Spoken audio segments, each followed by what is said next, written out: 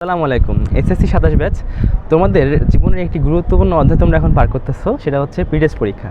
তো আমাদের বিগত গাইডলাইন সাজেশনগুলোর ভিত্তিতে তোমরা অনেকেই বলতেছো যে ভাইয়া আমরা যেন তোমাদেরকে অধ্যায়ভিত্তিক বা সাবজেক্ট ভিত্তিক যেন সেই সাজেশনগুলো রয়েছে সেগুলো তোমাদেরকে দিয়ে থাকি। সো আজকে তোমাদেরকে যে প্রি-টেস্ট পরীক্ষা রয়েছে সায়েন্সের যারা জীববিজ্ঞানের অংশগুলোর জন্য চাচ্ছিলে তাদের ফুল বায়োলজির একটা সাজেশন দিয়ে দিব। এটা হলো সামগ্রিক ফুল বইয়ের উপরে, অর্থাৎ যেই সকল স্কুলে তোমাদের সব অধ্যায়গুলো মিলে পরীক্ষা হবে তাদের জন্য এটা সবচেয়ে বেশি কার্যকরী, এবং যেসব স্কুলে তোমাদের কোনো কোনো অধ্যায় বাদ রয়েছে তারা আমি যে লিস্টটা দিয়ে দিব তারা সেই অংশগুলো থেকে সেগুলো বাদ দিয়ে নিবে, তাহলেই হবে।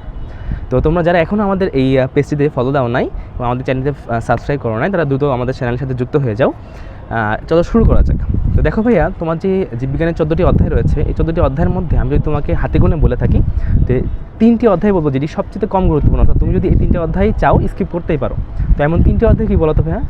সেই সপ্তম অধ্যায় রয়েছে গ্যাসীয় পরিবহন, দ্বিতীয় ও চলন এবং সমন্বয়। এই 3টে অধ্যায় রয়েছে, এই 3টি অধ্যায় তুমি চাইলে স্কিপ করতে পারো। এটা সবচেয়ে কম গুরুত্বপূর্ণ অধ্যায়ের মধ্যে তুমি বলতে পারো। এরপরে তুমি বলেই এর যে বেশি গুরুত্বপূর্ণ কোন অধ্যায়গুলো, তুমি চাইলে রেচন প্রক্রিয়া, এরপরে যে অধ্যায়টি রয়েছে জীবের পরিবেশ এবং জীব প্রযুক্তি, এই 3টে অধ্যায়কে রাখতে পারো।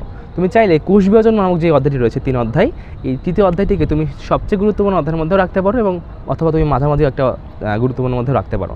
যদি তুমি সেফ জোনে থাকতে চাও তুমি কোষ বিভাজনকে সবচেয়ে গুরুত্বপূর্ণ অধ্যায়ের মধ্যে রাখতে পারো। তো এরপরে তোমাকে বলবো সবচেয়ে গুরুত্বপূর্ণ যে অধ্যায়গুলো রয়েছে সেগুলো। তো তুমি যদি চাও যে একটা ভালো কমপ্লিট প্রিপারেশন নিবা, এই অধ্যায়গুলো অবশ্যই পড়ে যাবে, কোনোভাবে স্কিপ করবে না। কোন সে অধ্যায়গুলো?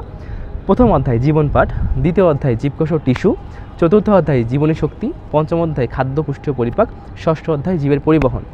এই 6টি অধ্যায়ের যে প্রথম 6টি অধ্যায় বললাম এর মধ্যে কোষ বিভাজন বাদে বাকি 5টি অধ্যায় কিন্তু অবশ্যই তুমি পড়বা। তুমি যদি সেফ জোনে থাকতে চাও আগেই বললাম কোষ বিভাজনকে এর মধ্যে রাখবা, এবং বাকি আরও আমি তোমাকে 2টা অধ্যায় বলে দেবো, যে 2টা অধ্যায় পড়লে ইনশাল্লাহ তোমার প্রিপারেশন মোটামুটি ইনশাল্লাহ খুব ভালো হয়ে যাবে।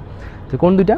একটা হচ্ছে জীবের প্রজনন এবং সেকেন্ড আরেকটা যেটা অধ্যায় হচ্ছে জীবের 12তম অধ্যায় জীবের বংশগতি ও জৈব অভিব্যক্তি। তো এই অধ্যায়গুলো তুমি যদি এই ক্রম অনুযায়ী তুমি পড়তে পারো, তোমার যে পড়ার সময় রয়েছে বা তুমি তোমার সিচুয়েশন বুঝবা যে ভাই আমার কতটুকু পড়া রয়েছে আগে থেকে এবং আমি কোন অবস্থায় আছি, তার উপর বিশেষ করে তুমি আমি যে লিস্ট সাজিয়ে দিলাম 3টি ভাগে ভাগ করে, সবচেয়ে গুরুত্বপূর্ণ, তার থেকে কম গুরুত্বপূর্ণ এবং সবচেয়ে কম গুরুত্বপূর্ণ, এইভাবে ভাগ করে তুমি তোমার অবস্থা অনুযায়ী প্রিপারেশন নিতে থাকবে, ঠিক আছে? আর এভাবে তুমি পড়তে থাকলে ইনশাল্লাহ প্রি-টেস্ট পরীক্ষাতে ভালো করবা, ইনফ্যাক্ট বোর্ড এবং টেস্ট পরীক্ষাতেও ইনশাল্লাহ অনেক ভালো করবা। সো যারা এখনও টেনশনে রয়েছে এই সাজেশনটি ফলো করতে পারো, ইনশাল্লাহ ভালো হবে। এবং আমরা তোমাদের জন্য প্রত্যেকটা অধ্যায়ভিত্তিক যে অধ্যায়গুলো খুব গুরুত্বপূর্ণ বলে দিলাম, এই অধ্যায়গুলোর উপরেও আলাদা আলাদা ইনশাল্লাহ ভিডিও আনবো। সো যারা এখনও যুক্ত হয়নি দ্রুত আমাদের সাথে যুক্ত হয়ে যাও।